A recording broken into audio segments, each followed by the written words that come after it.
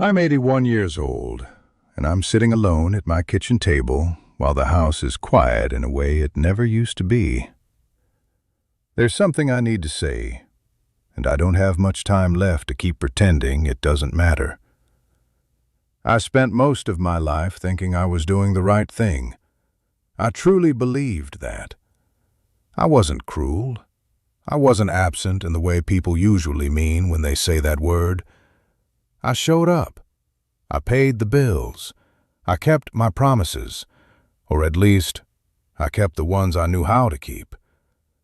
But there's a difference between being there and being present. And I only learned that when it was too late to matter.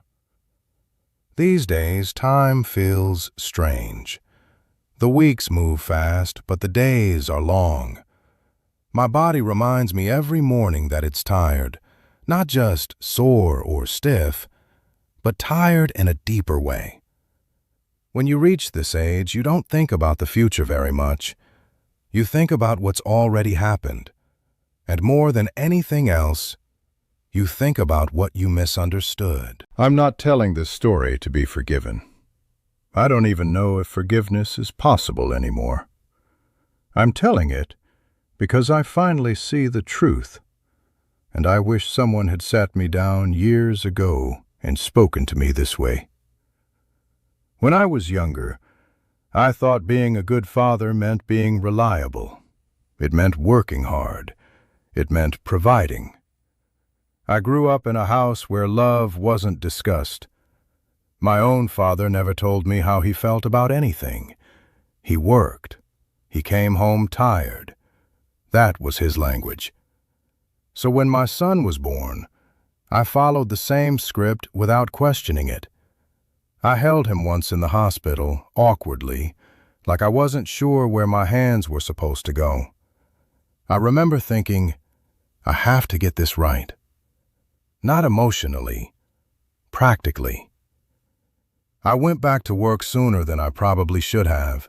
Long hours, commutes that swallowed whole days. I told myself it was temporary, just a few years, just until things were stable. There was always something that needed stabilizing. My son was a quiet child. He didn't cause trouble. Teachers described him as thoughtful.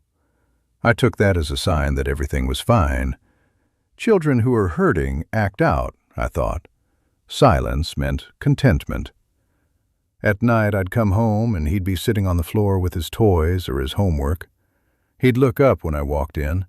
Sometimes he'd start to say something, then stop.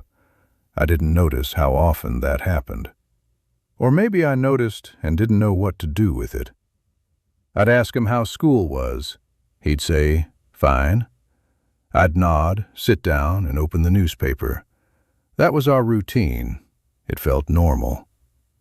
Weekends were for chores, fixing things around the house, running errands.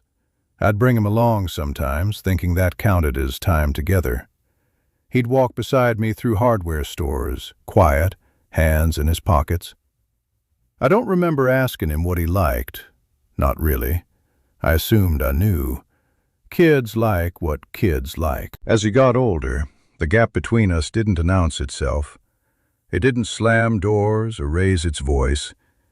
It just widened, slowly, like two people walking in the same direction but at slightly different angles. He stopped waiting for me to come home before starting dinner. Then he stopped asking if I wanted to join him. Eventually, we ate at different times without discussing it. I remember once, he was maybe 13, he stood in the doorway of my study while I was working late at home. He lingered. I could feel it without looking up. I told him I was busy and asked if it could wait. He said yes, and then he went away. I don't know what he wanted to say. That question has followed me for decades. When he was in high school, he started keeping his door closed. I told myself that was normal. Teenagers need privacy. I respected that, proud of myself for not intruding. But respect can be another word for distance if you're not careful. I went to his school events, I sat in the audience. I clapped. I left early sometimes, thinking my presence was enough. I didn't stay after to talk. I didn't ask how he felt about any of it. I was tired. That was always my explanation. And it was true. But it wasn't the whole truth.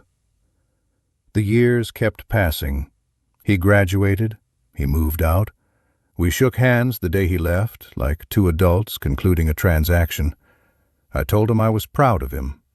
He smiled, but it didn't reach his eyes. I noticed that, too. I just didn't know what to do with it.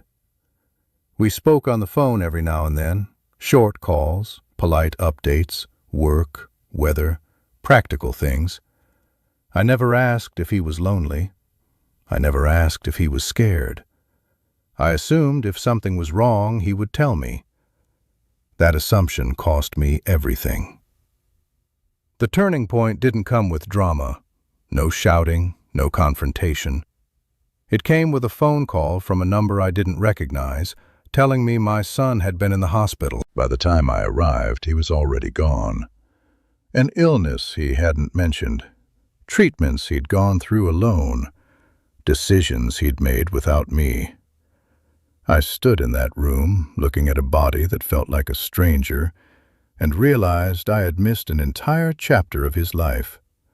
Not because I was banned from it, but because I never asked to read it. After the funeral, I went through his apartment. Boxes of things I'd never seen, journals, letters he never sent. In one of them, he wrote about feeling invisible, about learning early not to need too much from anyone. He wrote that he loved me. He also wrote that he never felt known by me. That sentence has never left me. There are things you can fix in life: apologies, misunderstandings. Even deep wounds sometimes soften with time. This doesn't.